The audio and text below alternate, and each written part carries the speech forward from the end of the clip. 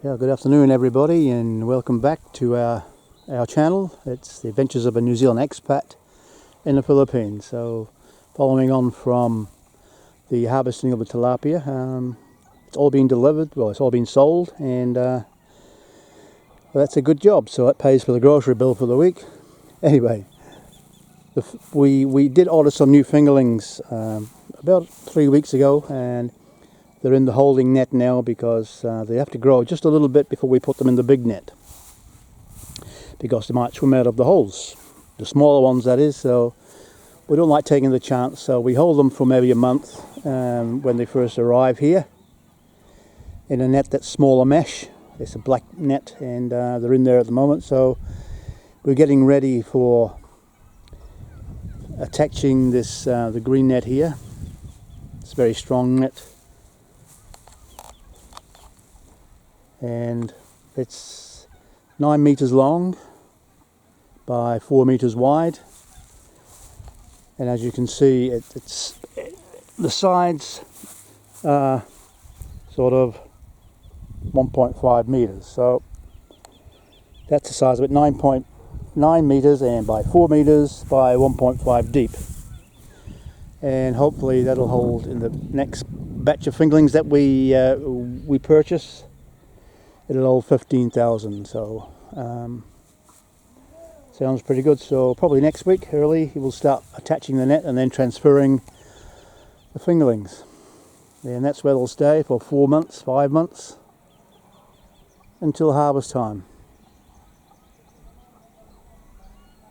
Yeah, just looking back there at the garden, it's coming on nicely now.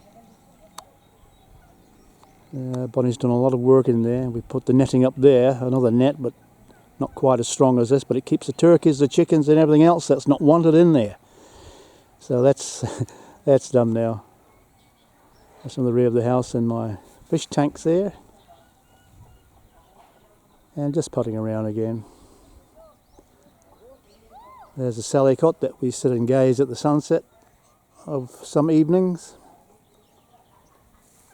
Yeah, so over here we're planting another garden here for all the creepers, pumpkins and watermelons and rock melons. So yeah, it's all looking good at the moment. So hopefully shortly, another hour's time probably, I'm heading off to go into Talibon and spend the night there.